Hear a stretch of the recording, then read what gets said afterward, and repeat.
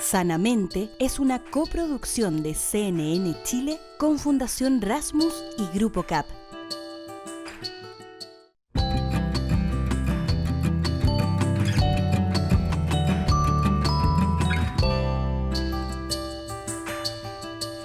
Hola, ¿cómo están? Bienvenidos, bienvenidas una vez más a esta fantástica temporada de Sanamente, que nos alegra siempre poder hacer junto a ustedes, poder hablar de manera más profunda sobre aquellos temas que son tan centrales para la experiencia humana. Vivir con una sensación de bienestar, de equilibrio, saber encontrar la calma, comprender cómo funcionan nuestras emociones para que todo ese universo no sea una tortura, sino una oportunidad de vivir una vida más plena, ¿no? Hoy, como ya es costumbre en nuestros muchos capítulos acumulados, vamos a tener fascinantes contenidos. Estaremos con el reconocido neurocientífico Mariano Zygman, que ha sido bestseller con distintos libros que nos han abierto los misterios de la mente y queremos explorarlo junto a él en una conversación aquí en el estudio. Pero también vamos a aprender sobre cómo identificar una amistad tóxica y cuándo es más bien posible balancear el vínculo o definitivamente tal vez tenemos que cortarlo. Eso lo hablaremos junto a Sebastián Rojas, un psicólogo y académico de la Universidad Andrés Bello. Tantas cosas fascinantes que siempre nos abre la experiencia humana comienzan ahora en este capítulo de Sanamente. Históricamente el arte ha sido una manera de catalizar las emociones personales, pero también las colectivas. Y con el dolor en particular ocurre algo muy especial porque parece que de alguna forma nos permite contener, articular esos sentimientos. ¿Cuál es el rol que tiene el arte? ¿Qué nos permite para poder procesar el dolor? Miranda Aspe se sumergió en esta pregunta y nos trae la siguiente nota. Que te vaya bonito, Nicolás, a donde quiera que lleves tu vuelo. El dolor por la muerte de su sobrino Nicolás es lo que impulsó a la cantante mexicana Natalia Lafourcade a escribir esta canción. Fue una manera de encauzar sus sentimientos por la pérdida. En ese momento escribí esta canción. Yo estoy segura que era él dictándome esta letra, transmitiéndome esta letra para que le pudiéramos despedir. Es un reflejo de un viaje al interior y una cosa como muy personal y muy espiritual, pero que ya la he compartido con muchas personas y que veo que ya cada quien lo va amoldando también a su historia. Esta situación que un otro vivió hace eco con lo que a mí me está pasando y cuando se da ese reconocimiento te sientes menos solo, sientes que, claro, mi evidencia personal tal vez ha sido muy única. Tal vez la pérdida que yo puedo querer estar elaborando es muy distinta a la de las otras personas, pero hay elementos en común con los cuales uno puede hacer esa conexión. Sin duda un motor clave para lo que son los procesos creativos son las emociones dentro de las cuales está el dolor. Desde dejar el territorio donde vives, experimentar una enfermedad, un quiebre amoroso o el duelo por la pérdida de un ser querido, son tantos motivos relacionados al dolor como expresiones artísticas. Un sentimiento universal. El dolor se ha expresado a lo largo de la historia de la humanidad. A uno en general no le gusta sentir dolor, ¿verdad? Es súper importante que lo podamos sentir porque es una forma que tiene nuestro cuerpo y en el fondo el ser humano para protegerse. Donde está en juego la corteza prefrontal, que es como la forma que tenemos nosotros de evaluar un poco qué es lo que nos está generando el dolor y un poco cómo poder cómo lidiar con estos estímulos que pueden ser dolorosos. En otras palabras, es un sistema de alerta que nos permite identificar ciertos peligros. Pero, ¿qué rol cumple el arte y por qué nos ayudaría a procesar esta emoción? En ocasiones la misma práctica artística es la posibilidad de, por una parte, manifestar eso que puede estar ocurriendo en la psiquis, en el mundo interior de esa persona, como también una forma de hacer un procesamiento de esa vivencia. Te permite transformar aquello que a lo mejor ni siquiera nosotros estamos de manera consciente entendiendo bien, entonces finalmente es como un camino que nos permite expresar algo que nos cuesta mucho narrar o expresar de otra manera. De trabajar aspectos conscientes, inconscientes, de trabajar ideas o muchas veces de aspectos que podemos tener reprimidos. Ofrecer una visita al museo puede ayudar al bienestar de la gente o incluso con el proceso de curación, así que si está interesado, puedo hacerle una receta para ello.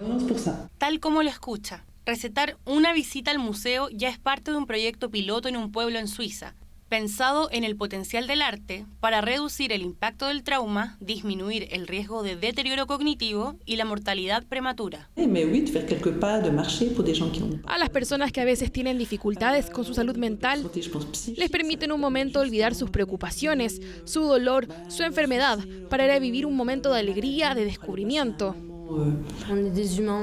Somos humanos, tenemos emociones, eso es todo. Puedes estar bien, pero también puedes sentirte mal. Y también tienes que aceptar que entren cosas negativas en tu vida.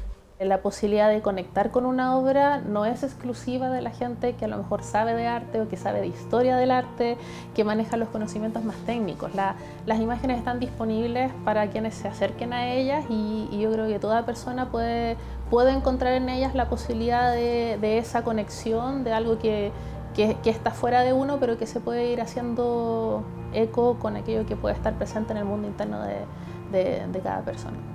Ya sea a través de visitar una exposición, hacer arte terapia o conectando con la música de algún artista, el arte nos entrega algo invaluable, el poder transformar el dolor en una forma de reparación. Yo diría que lo bueno es que a medida que pasa el tiempo uno va cumpliendo algunos deseos, y uno que teníamos en Sanamente era poder hablar con Mariano Sickmann, que es un neurocientífico argentino muy conocido porque ha logrado hablar en términos muy sencillos de cosas complejas e interesantes, pero además que son como los engranajes de nosotros mismos desde nuestro cerebro. Ha escrito un montón de libros: Amistad, El poder de las palabras, La vida secreta de la mente. Muchas gracias por estar aquí en Sanamente. Paloma, una alegría enorme. Oye, he querido muchas veces hacer esta entrevista, entonces la gran cosa que me conmueve de los neurocientíficos es que tienen acceso como a una caja de Pandora muy grande, que es el cerebro. Se dice mucho que conocemos mucho más el sistema solar o las galaxias que lo que ocurre realmente entre nuestras dos orejas. Sí. Y por eso me encantaría saber cuál es para ti, en el momento en el que estamos, un hallazgo de la neurociencia que realmente nos esté cambiando la forma de comprendernos a nosotros mismos. Una pregunta muy buena y muy desafiante. Yo soy un neurocientífico un poco escéptico escéptico de la neurociencia, y creo que sanamente escéptico, porque lo que pasa en la neurociencia es que un poco se ha puesto como muy de moda, ¿sabes? Últimamente.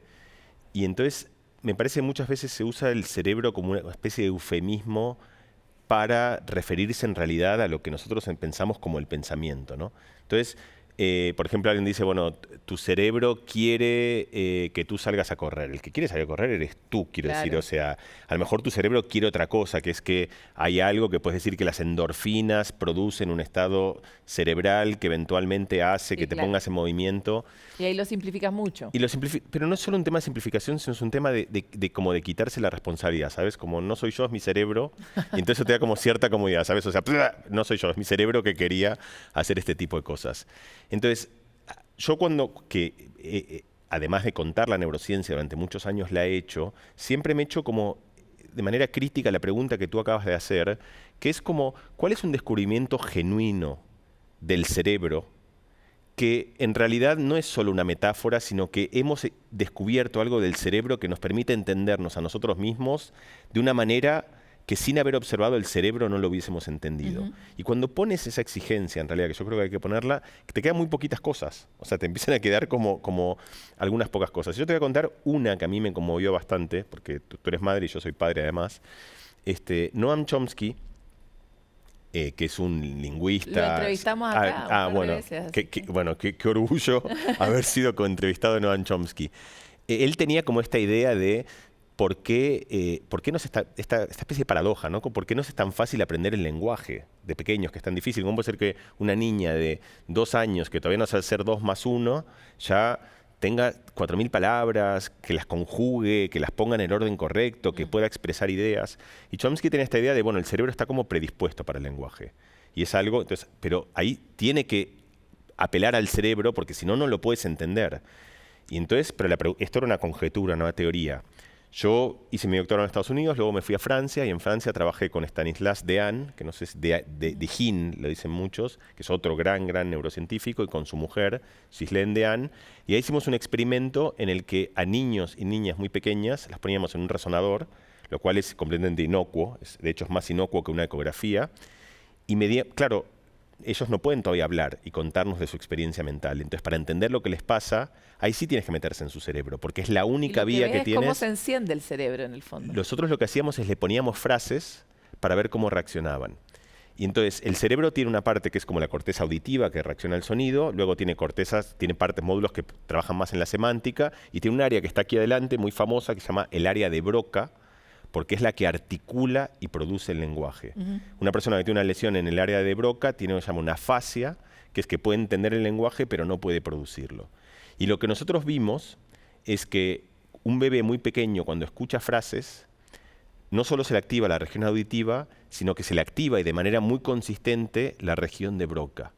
Y eso lo que quiere decir es que de alguna manera está programado para las palabras. Y produciendo esa frase. Todavía no la articula externamente, tú no lo puedes ver, pero mentalmente está haciendo el ejercicio mental de intentar hablarte.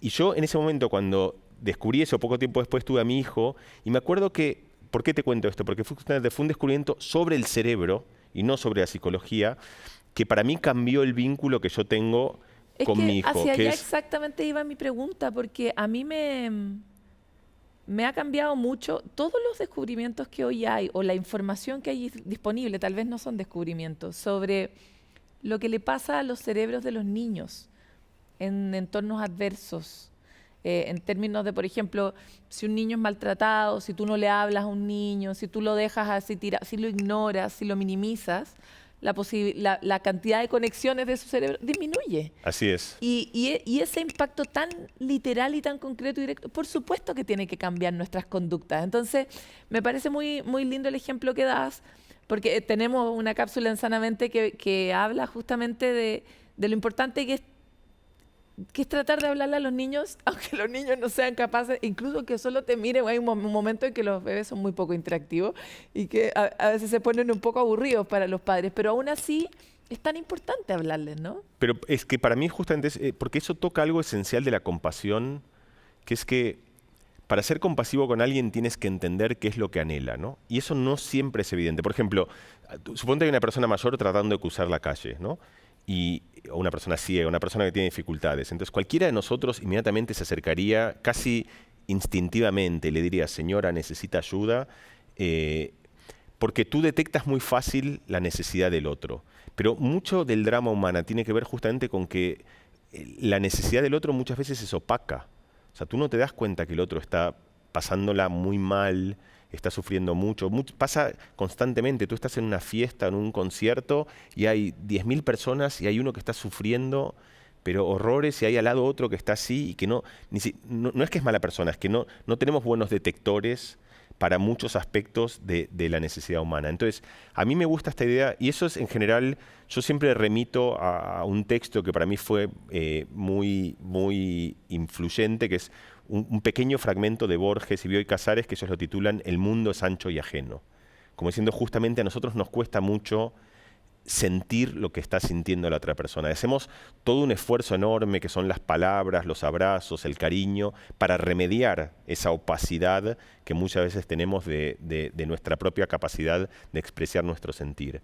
Entonces, ¿por qué a mí me conmovió este experimento? Porque yo sentí, de repente la ciencia me permitió entender algo que justamente a mí, una vez que entiendo que mi hijo pequeño a los 3 meses está intentando hablar, de otra manera. Entonces le hablo porque lo acompaño de la mano, que es lo que hace cualquier persona, pero para eso, si tú no sabes eso, porque no tienes cómo advertir, porque todo ese esfuerzo que está haciendo para producir palabras es opaco, entonces dices, bueno, no cambia nada, lo dejo ahí tirado, que no haga nada, pero el momento que entiendes que está haciendo un esfuerzo enorme por tratar de incorporar el lenguaje, y no es que está cruzando la calle, es que está subiendo una montaña dificilísima, dices, mira, voy contigo. Pero para eso tienes que entenderlo, y a mí me gusta esta ciencia que te he contado porque justamente es la que a mí me permitió abrazar o entender o comprender la necesidad de alguien a quien uno quiere entrañablemente, que es tu hijo, digamos, o tu hija o cualquier niño. Para mí también ha sido así, particularmente en torno al mundo de la infancia y cómo ahí se tejen y se articulan cuestiones que son muy determinantes después en la experiencia del dolor o de la alegría cuando uno ya es adulto, ¿no? Y por lo mismo, ¿por qué es tan crítico que tú le hables a tu hijo y no le hables de cualquier forma? O sea, no solo quieres que desarrolle el lenguaje, también quieres que, no sé, sufra menos o tenga más herramientas. Entonces importa cómo le hablas. Y eso me lleva inevitablemente a tu otro libro, el libro de las palabras. Lo decimos mucho, que las palabras crean realidades. Lo decimos como una frase casi como un gatillo, ¿no? Permanente, como un bastón, pero no le damos la importancia que eso tiene. Entonces me encantaría... Súper desde la neurociencia, ¿qué significa esa frase realmente? ¿En qué sentido las palabras crean realidades? Está bien. Bueno, primero hay que entender que toda la percepción tiene algo de ficción, ¿no? Y algo de... Uno, ¿sabes? Está otra hablando de latillos y de frases usadas. Uno dice, lo he visto con mis propios ojos, ¿no? Creo que justamente es importante, hay un montón de ilusiones visuales que te muestran que tú puedes ver algo con tus propios ojos, que no está, lo ves algo más grande que otra cosa, algo más pequeño. Entonces, y eso no es casualidad, sino que tiene que ver con un modo esencial de funcionamiento del cerebro, que es que no retrata el mundo, sino que trata de interpretarlo. Yo descubrí, hay un experimento que hizo Ann Trisman, una psicóloga maravillosa, psicóloga experimental. Yo lo descubrí en el principio de mi doctorado y fue un experimento muy simple, pero que a mí marcó mi carrera un poquito para siempre. Ella hizo un experimento en el cual hacía lo siguiente, le mostraba a una persona durante una fracción muy pequeña de tiempo, por un lado un triángulo y por el otro lado una mancha amarilla, ¿no? Pero así desaparecía casi enseguida. O sea, tú no lo veías, lo que veías es algo. Y luego le preguntaba a la gente qué había visto y la gente decía, lo que he visto es un triángulo amarillo. Y no había habido un triángulo amarillo, había habido por un lado triángulo, por el otro amarillo, pero tu cerebro construye la historia más plausible cuando tiene datos muy escasos, y eso es lo que nosotros hacemos todo el tiempo, inventamos triángulos amarillos. Y es una virtud del cerebro, porque justamente permite dar sentido a cosas que son confusas y que te permite... Trata de comprender. Trata de comprender y hacer teorías. O sea, si lo miras, justamente es algo conmovedor porque lo que muestra es que todos somos un poco científicos, desde niños y niñas. O sea, no transcribimos la realidad, sino que hacemos teorías sobre cómo son las cosas. Y esas teorías son puntos de vista que limitan lo que vemos. Entonces, por ejemplo, si tú piensas que una persona... por ejemplo, hablando del ejemplo de las palabras, en inglés está la palabra stubborn, que es una palabra que por un lado puede tener una proyección positiva, que es una persona que es persistente y que es resiliente y que continúa, o puede tener una acepción negativa, que es una persona tosuda, que no cambia de opinión, testaruda. Entonces, si yo te escribo a alguien como stubborn, depende de la teoría que tú has hecho de esas personas, eso significa cosas completamente distintas. Es la misma palabra, es el mismo dato, pero tú tienes distintas teorías sobre esa persona que cambian la interpretación. Eso mismo pasa con tus vínculos más cercanos y pasan contigo mismo. Entonces, por ejemplo, estas frases que yo cuento todo el tiempo en el poder de las palabras, ¿no? Que son las tan típicas, que son yo no sirvo para las matemáticas, o yo no sirvo para el arte, o yo no sirvo para este tipo de relaciones. Nosotros tiramos esa frase a la ligera, pero lo que no nos damos cuenta es que esa frase es una teoría. Eso es como decir el mundo es redondo o como decir la Tierra gira alrededor del Sol. Es una conjetura que una vez que tú lo has lanzado genera un marco desde el cual tú entiendes todo el resto de las cosas, en este caso sobre ti mismo. ¿Y por qué las frases crean realidades? Es bastante simple porque el momento que tú dices yo no sirvo para las matemáticas, esa frase no es inocua, sino que te pone a ti en una disposición en la cual cuando tú estás en clase de matemática empiezas a charlar con el otro, a distraerte. ¿Por qué? Porque tú no sirves para la matemática. No, ¿para qué te vas a gastar en eso? ¿Para qué te vas a gastar si tú no sirves? En cambio, si tú cambias esa frase por una que es, mira, este primer curso de matemática a mí no me ha gustado, pero démosle otra oportunidad, a ver cómo funciona, o me cuesta, pero es importante, o a lo mejor es algo que puedo cambiarlo. Esto que estás diciendo vuelve a contestar mi primera pregunta. ¿Te cambió la forma de hablarte a ti mismo cuando aprendiste estas cosas? Sí, mucho. O sea, hay muchas cosas de mi investigación. De hecho, El poder de las palabras de mis libros, te diría que es el libro que nace más, en el cual yo no soy un experto, sino más bien decir como la víctima, pero el lugar donde ejecutas todo esto, ¿no? Yo escribo el poder de las palabras porque hay cosas que a mí me cuestan resolver mucho. Y entonces, como soy un nerd, mi manera de resolverlas es investigar, consultar a la ciencia y a la literatura y a la filosofía y a mis amigos para tratar de entender cuáles son los caminos para resolverlo. Y diría que el poder de las palabras, y creo que también por eso, el poder de las palabras fue un libro que justo tuvo una resonancia particular, como que llegó a un público pero es que todos más amplio. O sea, espérate, venimos de sociedad, Argentina no lo hace nada de mal, pero Chile es una sociedad que se habla muy mal a sí misma, en que nos hablamos mal entre nosotros y donde tenemos mucho más clara la lista de errores y problemas que cada uno tiene que la lista de virtudes. Y por lo tanto esas narrativas son estructurales. Sí, pero no es en Argentina, en Chile, es el mundo. O sea, es algo que forma parte de un núcleo psicológico muy grande. Hay una idea que es la distancia afectiva.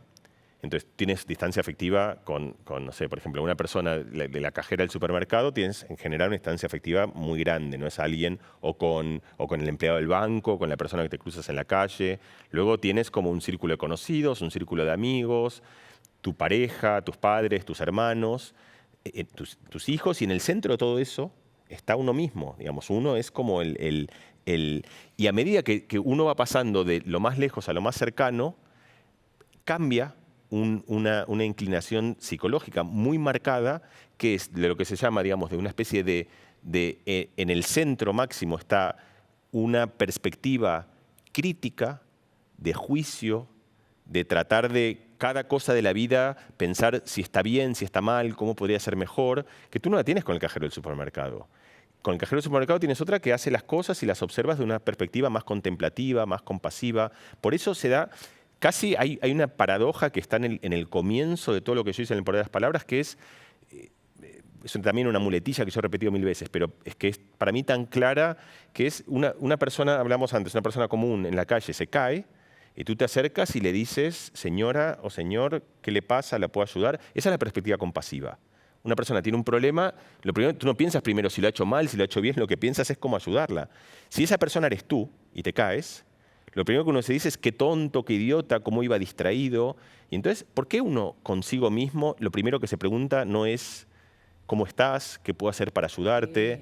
Porque justamente hay algo, ahora sí, en nuestro cerebro, en nuestra propensión a cómo analizar nuestra propia realidad, en la que pensamos que tenemos que exigirnos todo el tiempo para poder mejorar, para poder llegar... Tú dices que es lo humano. Lo humano es así. Eso es...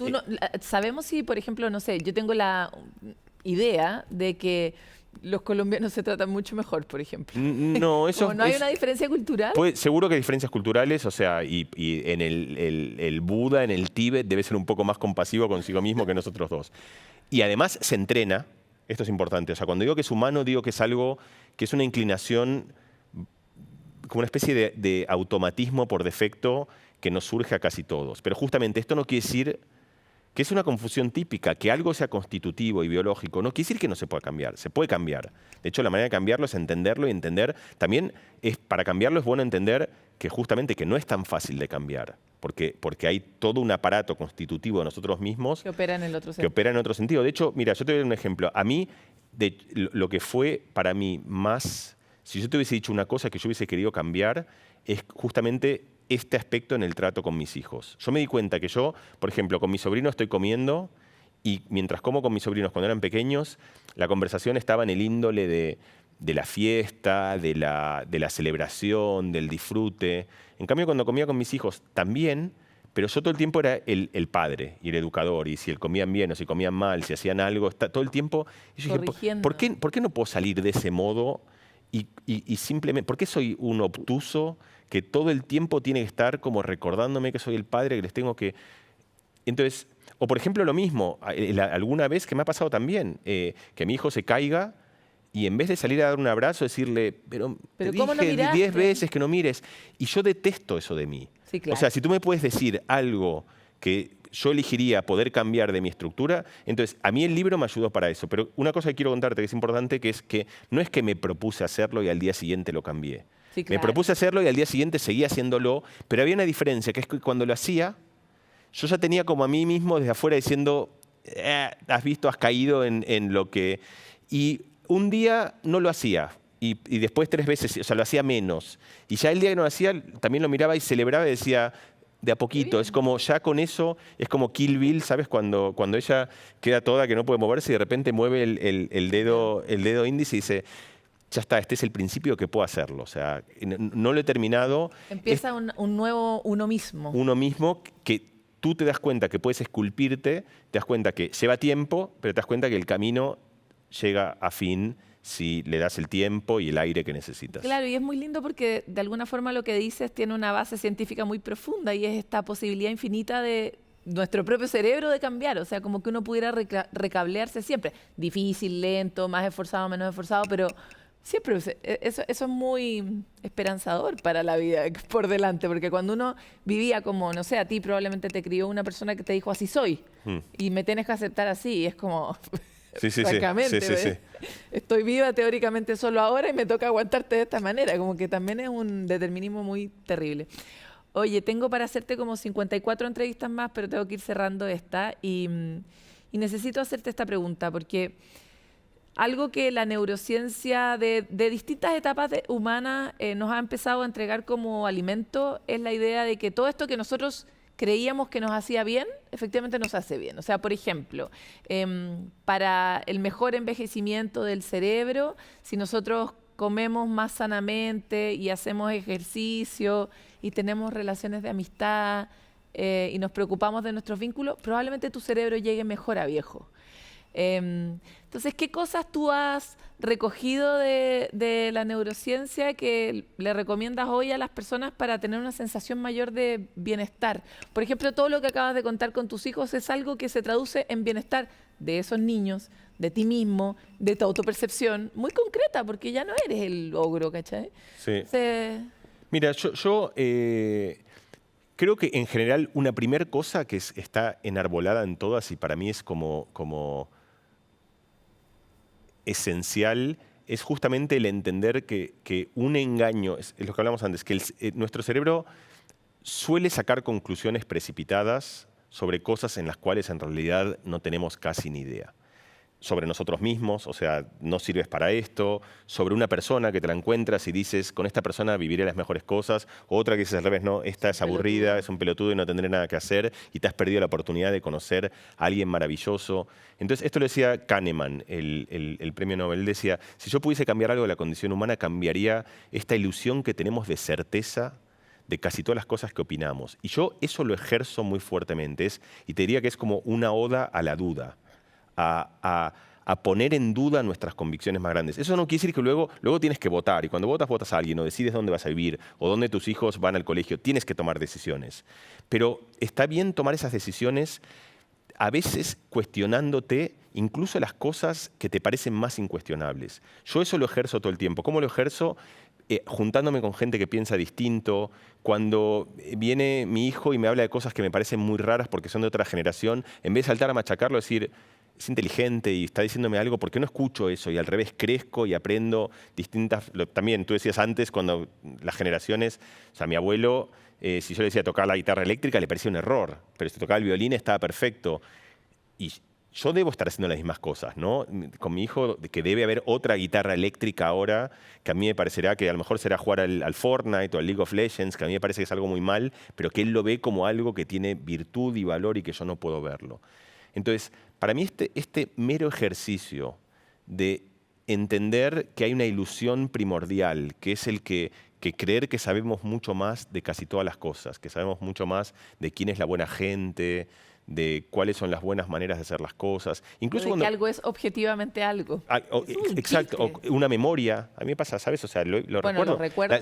Ya sabemos, o sea, toda la ciencia lo que nos ha mostrado es que deberíamos ser un poquito más humildes respecto de nuestras convicciones. Un poco, ¿sabes? Groucho Marx tenía esta frase que decía, estos son mis ideales, si no te gustan, tengo otros, decía, ¿no? Y él decía como, y uno lo ve justamente como peyorativamente, eso como, y a mí me parece que al revés, que es como Groucho Marx tenía estas intuiciones geniales sobre la condición humana, y yo creo que cada tanto ponernos a prueba, ejercitar este ejercicio socrático, a mí me parece que nos hace muchas mejores personas, No, nos y- hace más comedidos, Y vivir más livianos también. nos hace disfrutar de cosas. Te decía, o sea, el último libro que hemos escrito es sobre la amistad y aparece esto, la cantidad de gente buena que nos hemos perdido en nuestra vida porque el cuerpo o el instinto nos ha dicho que esa persona no, o sea, y al revés, la cantidad de tragedias por gente luminosa que luego abres el placard y esconden las peores reliquias y que son abusadores y que tú los ves y parecen angelitos.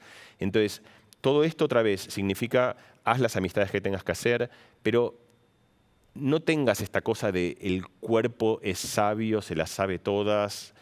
Cada tanto se equivoca y está bien que se equivoque. Entonces, el ponernos, si tuviese que decirte una sola, tomaría esta idea de Kahneman y te diría Amor a la duda. amor a la duda. Amor a la duda y amor al error. Yo creo que aparte es lo único que nos va a quedar frente a la inteligencia artificial. Y con eso ejercicio de la diversidad. Realmente ensayar las perspectivas, tratar de encontrar con gente distinta, abrirte, apertura.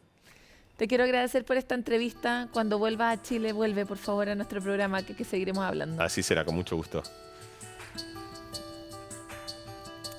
Ha sido muy lindo, por lo menos en mi experiencia personal, esta ruta de darle humanidad, emoción, dignidad, que son cosas que se las deberíamos dar porque son derechos humanos a los niños, por ejemplo, sobre la base de todo lo que sabemos ahora, que comprenden, que sienten, que reflejan.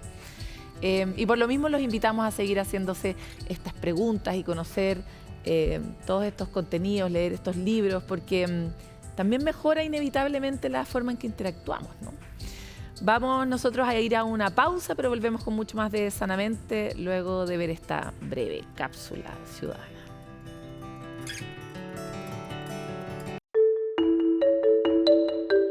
Mi nombre es Rocío Orellana, estudio licenciatura en Historia y lo que hago principalmente para estar feliz es estar con la compañía de mis mascotas, ya que eso alivia y vuelve una carga bastante en el sentido de que yo soy de región, entonces la compañía animal en este caso es lo mejor.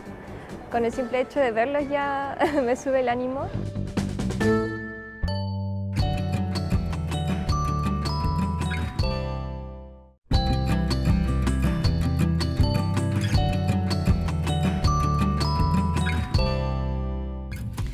¿Alguna vez han tenido un amigo o una amiga que los haya puesto en una especie de conflicto de lealtades o que los haya excluido específicamente a ustedes de una actividad?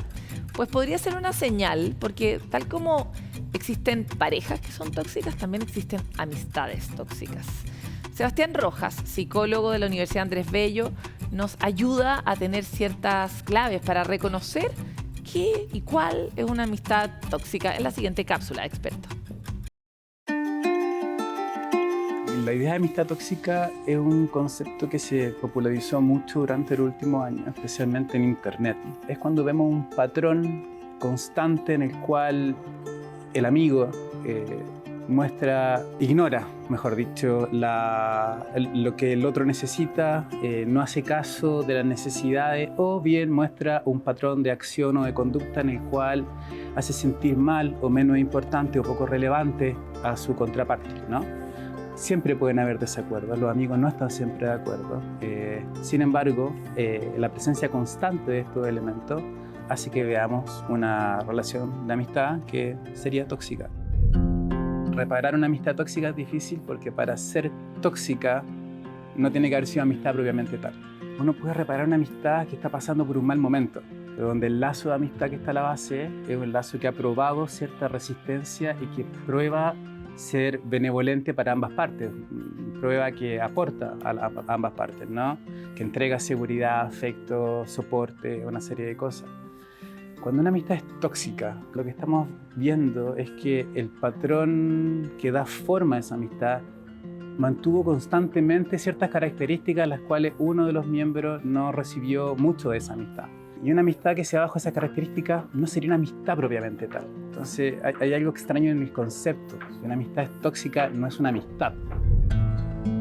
Probablemente lo mejor que uno puede hacer es tomar distancia y cortar esa amistad de raíz, ¿no? Difícilmente esa amistad nos sorprenda de alguna forma diferente que no sea con más de lo mismo, porque si bien ese vínculo puede entregar algunas cosas, el precio que se paga por ser parte de ese vínculo es muy alto, ¿no?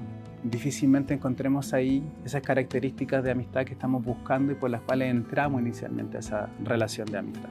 Lo mejor es que yo salga, que yo tome distancia, que yo trate de establecer otro tipo de vínculos con otras personas y busque esta aceptación, amor y apoyo en otras personas.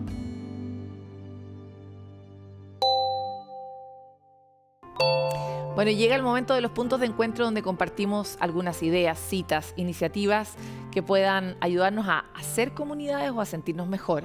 Y queremos partir con algo que nos hace sentir mal, particularmente a padres y madres, porque en estos tiempos digitales, con estos niños súper conectados, muchos de ellos tienen un aparato celular, y estoy hablando de niños menores de 18 años, tengo uno de 15, se nos produce un problema habitual, primero con alejarlos de los celulares, pero segundo, con identificar si es que están o no están en riesgo. Por ejemplo, en plataformas como YouTube, que el nivel de exposición a contenidos es tan grande. Entonces, es muy difícil el control de eso, el cuidado y también la protección del espacio personal de los niños. Bueno, ¿para qué les digo el nivel de angustia?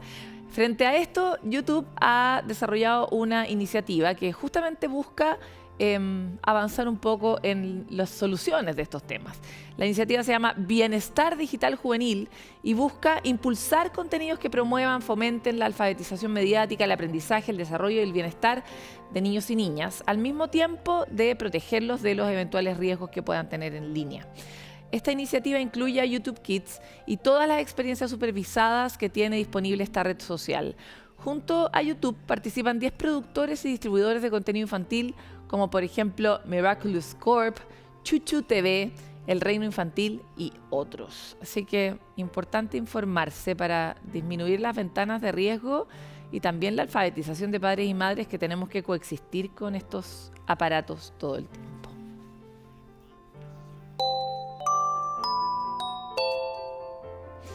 En la medida que vamos cumpliendo años, el cuerpo se cansa, evidentemente un poquito más, y las fuerzas disminuyen.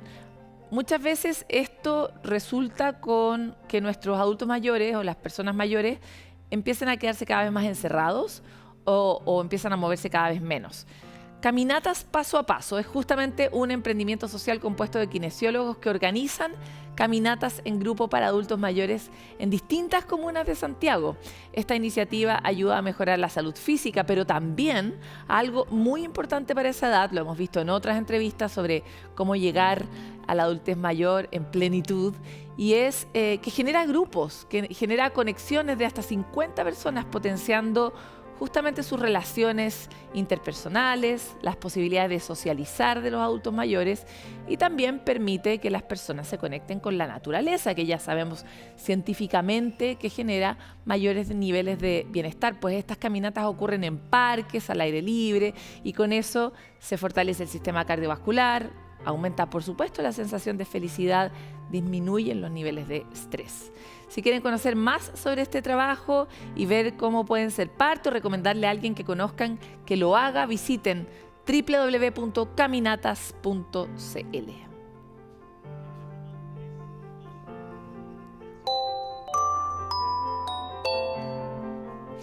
Vamos a pasar a un momento tan bonito en la vida de las personas y es el embarazo. Es una etapa crítica para el neurodesarrollo del bebé, por supuesto, y ha quedado cada vez más en evidencia que deberíamos estar muy atentos a cómo se produce ese proceso, porque un nuevo estudio realizado por un grupo de investigadores europeos y norteamericanos identificó una relación entre modificaciones genéticas de la placenta, desarrollo de esquizofrenia, trastorno bipolar y depresión mayor.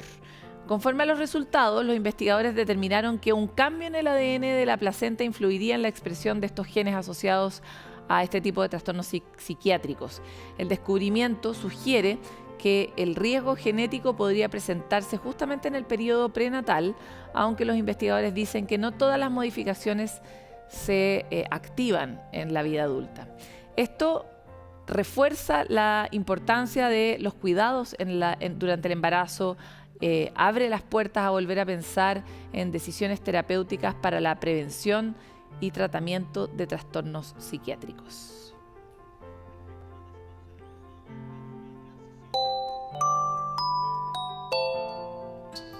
Nos vamos a ir a una pausa aquí en Sanamente. Usted, por supuesto, que es en compañía de CNN Chile, porque mientras tanto vamos a la calle y les preguntamos algunas cosas a ustedes sobre cómo manejan su bienestar.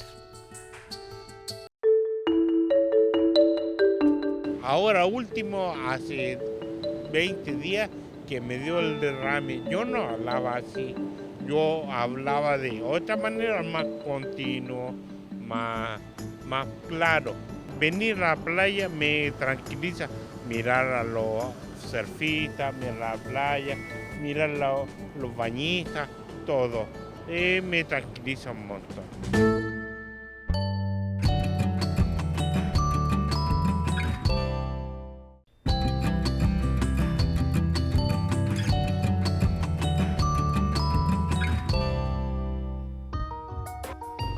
Cuando éramos niños o niñas nos aburríamos, ¿se acuerdan ustedes? Pero ahora que son adultos están permanentemente o con la sensación de que cada vez los niños se aburren más y como más sistemáticamente. Bueno, justamente ese proceso permite que las personas desarrollemos ciertas habilidades como por ejemplo la creatividad. Y por lo tanto, en la siguiente animación les vamos a dar todos los argumentos para conversar con sus hijos sobre por qué es bueno aburrirse.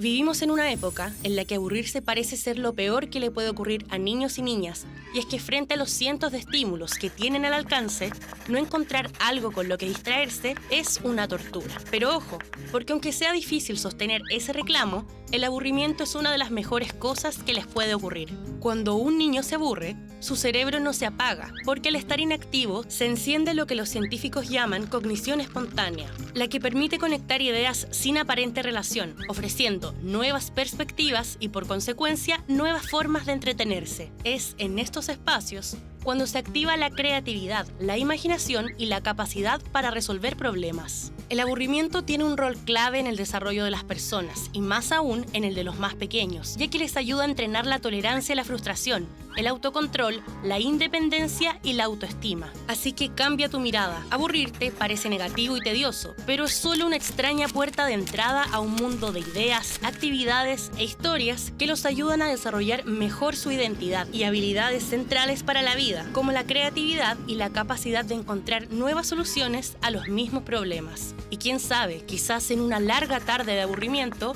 estén formándose el próximo gran inventor, artista o la gran científica del siglo.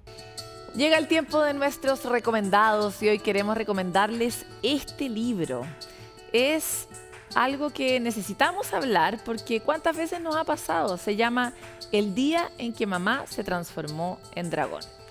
Este libro evidentemente habla de todas esas veces en que nosotras, las madres, podríamos decir, y los padres, eventualmente nos transformamos en dragones. Y cuánto impacto tiene eso en la vida y en la percepción de nuestros hijos, sobre todo cuando son más pequeños. Es interesante porque normaliza algo que es bastante frecuente, que es que a uno de repente no le da ni la paciencia, ni la calma, ni el ánimo, pero también ofrece una salida sobre cómo uno puede reparar estas situaciones cuando ocurren, no normalizarlas, sino que meterlas dentro de la conversación entre los niños, niñas y dentro de la familia en general para poder abordarla de una manera mucho más sana. La recomendación entonces es El día que mamá se transformó en dragón. Belén López nos cuenta un poquito más. Muchas veces perdemos la paciencia y tratamos a los niños de una manera en la que después quizás nos arrepentimos. Es un libro que habla de rupturas, pero también habla de reparaciones, de lo que podemos hacer después de equivocarnos. Nos recuerda que somos humanos, que podemos equivocarnos, pero que también es muy importante hacernos cargo y pedir perdón. Y que de esa manera vamos a estar enviándoles el mensaje a nuestros niños de que después del conflicto puede volver la calma. Y que a pesar de que nos equivoquemos y a pesar de que nos enojemos, nunca, pero nunca dejamos de quererlos.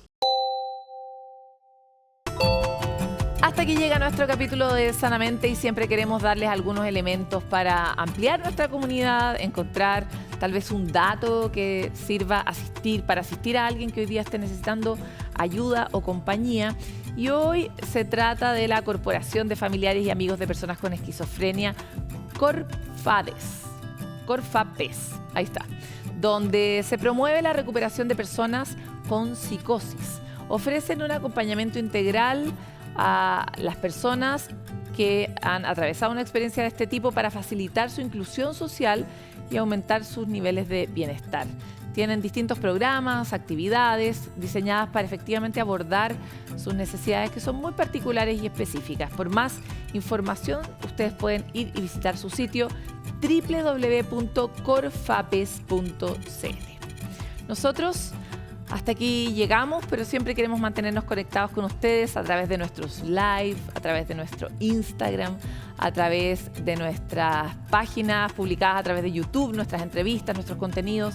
Así que cuéntenos qué es lo que atraviesa su universo emocional hoy día y qué les parece que podría ser de interés para todos nosotros. Muchas gracias por estar ahí. Nos vemos pronto en otro capítulo de Sanamente.